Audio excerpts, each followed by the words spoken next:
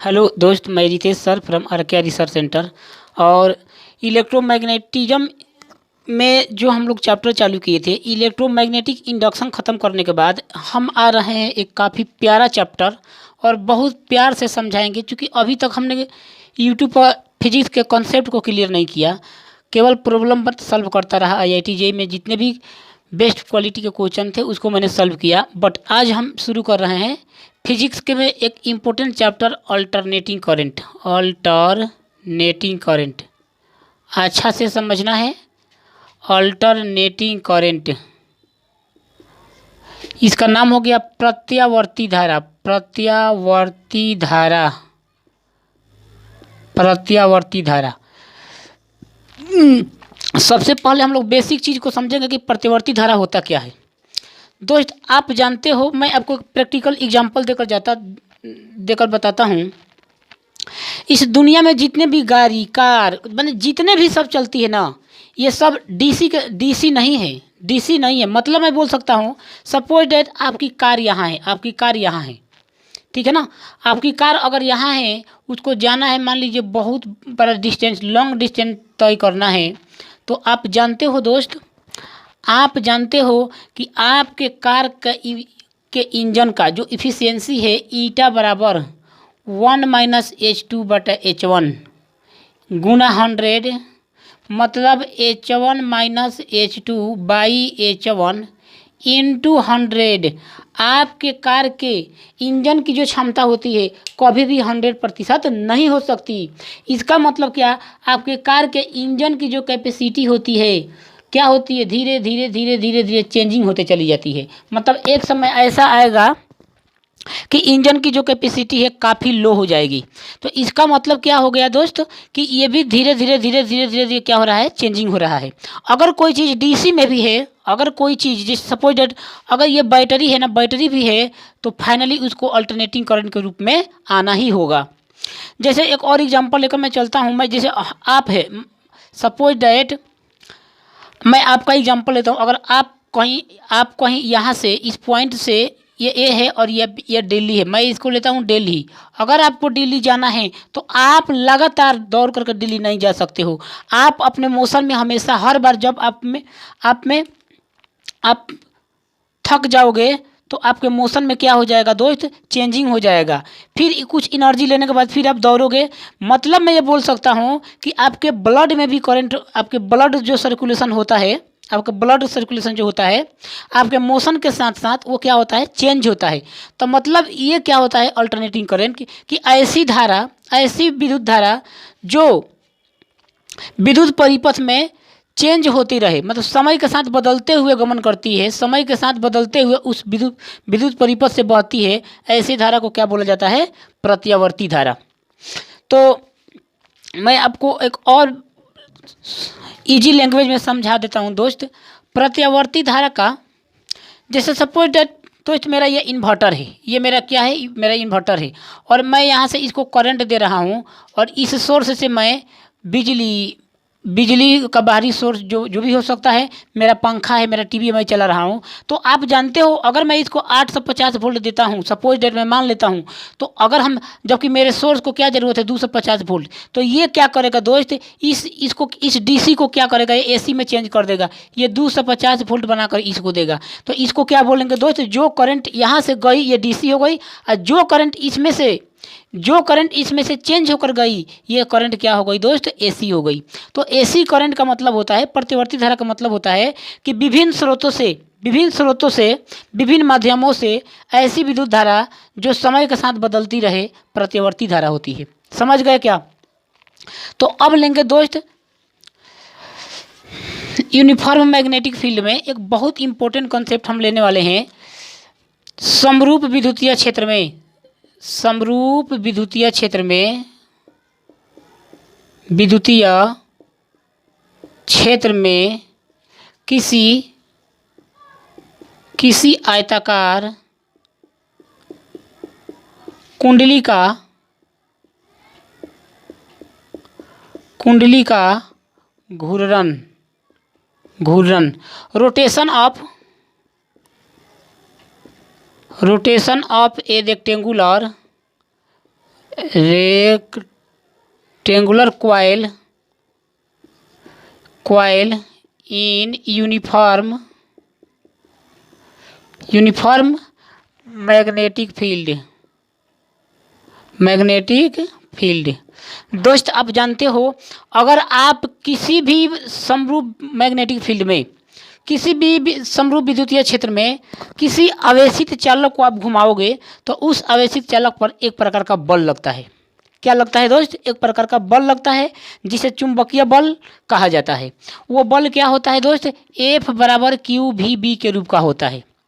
लेकिन अगर किसी समरूप चुंबकीय क्षेत्र में किसी चालक को आप गतिशील रखोगे, गतिशील कराओगे, तो आप जानते हो यहाँ पर मोशनल ईएमएफ उत्पन्न हो जाएगा जो BVL के इक्वल होता है। ऐसा क्यों दोस्त? क्योंकि आपने समरूप विद्युत चुंबकीय क्षेत्र में उसके मर्जी के विरोध अपनी मर्जी से क्या किया? गति कराया, जिसके कारण इसके अक्ष पर चुंबकीय क्षेत्र तो उत्पन्न होगा ही होगा, इसके अक्ष पर चुंबकीय क्षेत्र तो उत्पन्न होगा ही होगा, लेकिन एक प्रकार का गतिशील विद्युतवाहक बल प्रेरित होगा। इस गतिशील विद्युतवाहक बल को गतिक विद्युतवाहक बल मोशनल ईएमएफ कहा जाता है। ठीक उसी प्रकार से दोस्त, अगर हम लोग किसी आयताकार कुंडली को, सपोज डैट ये मेरा कोई आयताकार कॉइल है, ये मेरा कोई आयताकार कॉइल है, ये मेरा कोई आयताकार कॉइल है, और इस कॉइल को मैं समरूप विद्युतीय क्षेत्र में एक्स एक्सिस के एलंग क्या कर रहा हूँ दोस्त? इस प्रकार से एक्स एक्सिस के एलंग मैं इसको क्या कर रहा हूँ? रोटेशन कर रहा हूँ। और अगर इस कुंडली से, इस कॉइल से अगर करंट आई बह रही होगी तो आप जानते हो इसमें फेरा लगेगा, करंट जो होगी इस प्रकार से करेगी। और ये भी क्या हो रहा है? आप एक्स एक्सिस के, अगर मैं इसको ओ मान लेता हूँ दोस्त, आप जानते हो कि जो मैग्नेटिक फील्ड होता है, अगर आप किसी भी चालक को समरूप विद्युतीय क्षेत्र में गमन कराए तो आप जानते हो जो उसका वेलोसिटी होता है मैग्नेटिक फील्ड बी के साथ क्या होता है दोस्त? मैग्नेटिक फील्ड बी के साथ क्या होता है? हमेशा परपेंडिकुलर होता है। अर्थात मैग्नेटिक फील्ड जो होता है ना, इस तल के क्या होगा? इस कॉइल के तल के क्या होगा दोस्त? परपेंडिकुलर होगा। अगर मैं यहाँ पर कोई पॉइंट एन लेता हूँ तो आप जानते हो ये कुंडली जो है ना, कुंडली का तल इस मैग्नेटिक फील्ड के साथ एंगल थीटा बनाएगी। अरे बोल दो हाँ। अब आप क्या कर रहे हो दोस्त? ये इसी तल से इस प्रकार से एक्स एक्सिस के एलॉन्ग मैं क्या कर रहा हूँ? रोटेट करा रहा हूँ, इस प्रकार से रोटेट करा रहा हूँ। तो आप जानते हो दोस्त, ये जो होगा हमेशा परपेंडिकुलर होगा, और आप इस प्रकार से एक्स एक्सिस के एलॉन्ग आप ऐसे रोटेट करें, चाहे एक्स एक्सिस के अलॉन्ग इस प्रकार से रोटेट करें, इसको इस प्रकार से रोटेट करें। अब ये गधा हो, इस प्रकार से मैं रोटेट कर रहा हूँ, एक्स एक्सिस के अलॉन्ग इस प्रकार रोटेट करता हुआ आएगा, फिर इस प्रकार रोटेट करेगा, फिर इस प्रकार रोटेट करेगा। तो आप जानते हो दोस्त कि आपके करंट का भी तो रोटेशन हो रहा है। तो इस कंडीशन में आप जानते हो कि इस पर क्या होगा? अगर समरूप चुंबकीय क्षेत्र में किसी कुंडली को घुमाया जाता है तो आप जानते हो सबसे पहले उस पर चुंबकीय फ्लक्स उत्पन्न होता है। क्या होता है दोस्त? चुंबकीय फ्लक्स उत्पन्न होता है, और उस चुंबकीय फ्लक्स का जो फार्मूला होता है F फाई बराबर B/A होता है, B/A। लेकिन यहाँ पर cos थीटा कार्य कर रहा है दोस्त, यहाँ पर क्या कार्य कर रहा है? मेरा cos थीटा कार्य कर रहा है। और ध्यान रखें, कुंडली को हम उस समय से घुमा रहे हैं दोस्त, कुंडली को हम उस समय से घुमा रहे हैं जहां कुंडली का जो तल है चुंबकीय क्षेत्र के साथ क्या एंगल बना रहा होगा? थीटा एंगल बना रहा होगा। तो फाई बराबर BA cos थीटा। लेकिन जानते हो दोस्त कि ये जो हम रोटेशन कर रहे हैं, एंगुलर रोटेशन है, तो इस प्रकार से यहाँ पर थीटा बराबर क्या हो जाएगा भैया? ओमेगा टी काम करेगा। और इस प्रकार से फाई बराबर, आप जानते हो एक और चीज़, अगर आप किसी समरूप चुंबकीय क्षेत्र में किसी भी कॉइल को रोटेट करो तो एक बार करंट का अगर एक बार रोटेशन हुआ, चाहे इसी को हम लेते हैं, इसका एक बार इस प्रकार से रोटेशन हुआ, 2 बार रोटेशन हुआ, 3 बार रोटेशन हुआ, 4 बार रोटेशन हुआ। अगर एक बार रोटेशन होता है तो मल्टीप्लाई उसमें 1 है, लेकिन अगर इसमें n बार रोटेशन होता है तो इसमें मल्टीप्लाई n है। अरे बोल दो हाँ, समझ गया क्या? बोल दो हाँ। तो फाई बराबर NBA into cos T omega into T. आप बोल दो हाँ। जैसे जैसे इस समरूप चुंबकीय क्षेत्र में इस कॉइल को, इस रेक्टेंगुलर कॉइल को आप रोटेट करते जाओगे, क्या होगा, इसके अक्ष पर मैग्नेटिक फ्लक्स प्रोड्यूस होगा। इसके अक्ष पर मैग्नेटिक फ्लक्स अर्थात चुंबकीय क्षेत्र रेखाएं अभिलंब रूप में क्या होगी, इस प्रकार से अभिलंब रूप में क्या होगी दोस्त, रोटेट करेगी, निकलेगी। अब ये गधा हो, सपोज दैट ये तुम्हारा खुला हुआ वायर है, खुला हुआ वायर है और इनसे करंट आई बह रही है। आप देखोगे दोस्त, आपको फील नहीं होगा, क्योंकि ये क्या है, मैग्नेटिज्म है। इसमें जो करंट और इलेक्ट्रॉन जो होते हैं ना, फील नहीं होते हैं।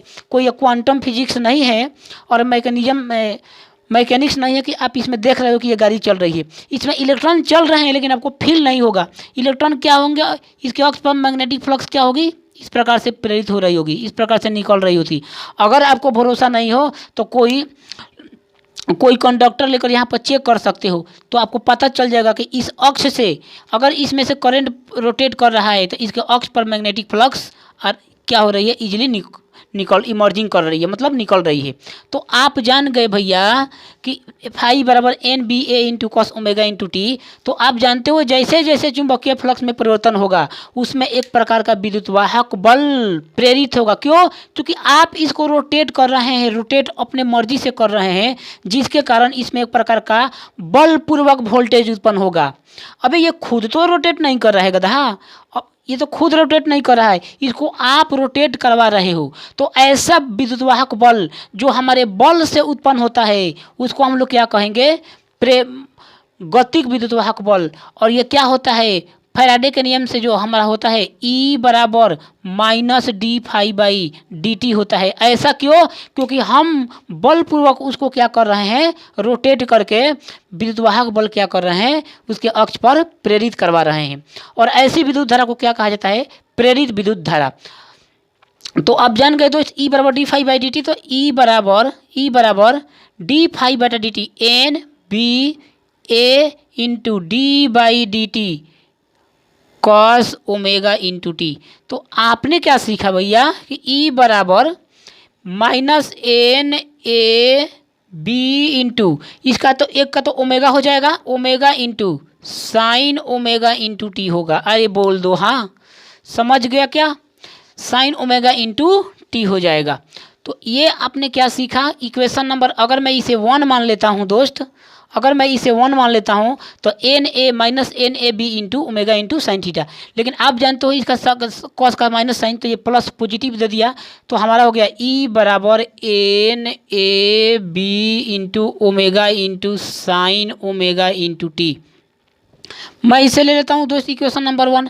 आप देखते हो, आप जानते हो कि समरूप चुंबकीय क्षेत्र में किसी आयताकार कुंडली को घुमाओगे तो ये जो करंट होगी ना, करंट क्या होगी, करंट का जो लूप होगा कभी चेंज होगा, कभी ज़्यादा होगा तो कभी अधिकतम होगा, कभी ज़्यादा होगा तो कभी कम होगा, कभी कम होगा तो कभी ज़्यादा होगा।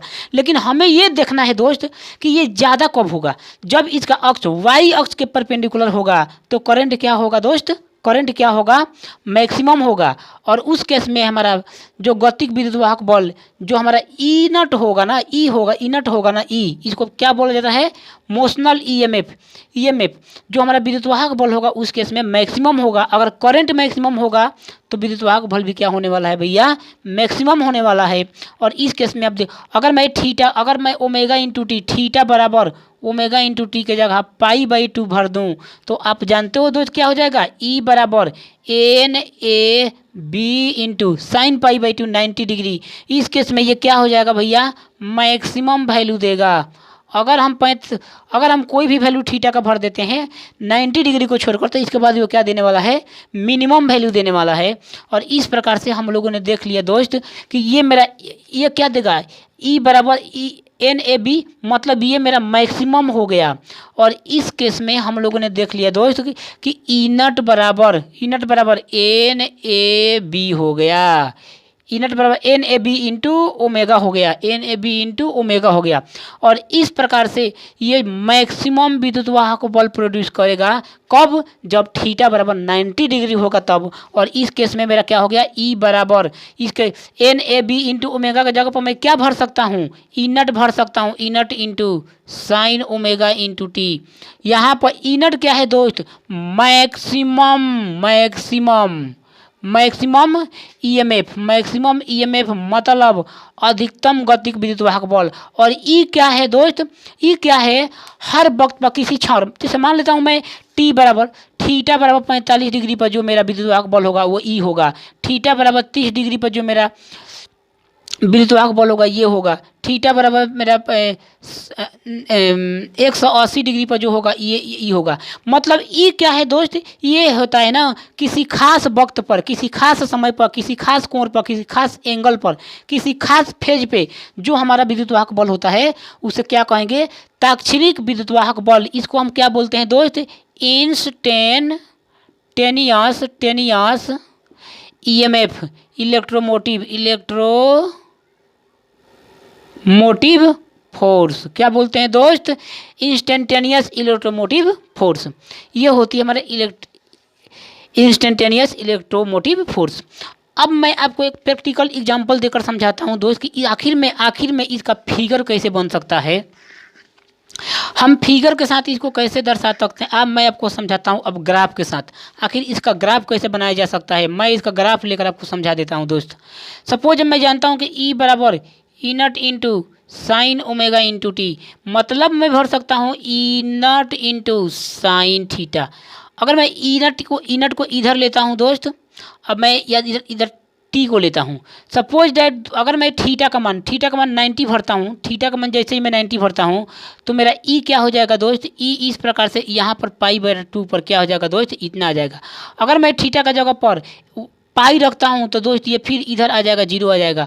अगर मैं थीटा का जगह पर क्या भर दूँ दोस्त, 270 डिग्री, तो फिर इस प्रकार से इस पर आ जाएगा 270 डिग्री पर 3π/2 पर।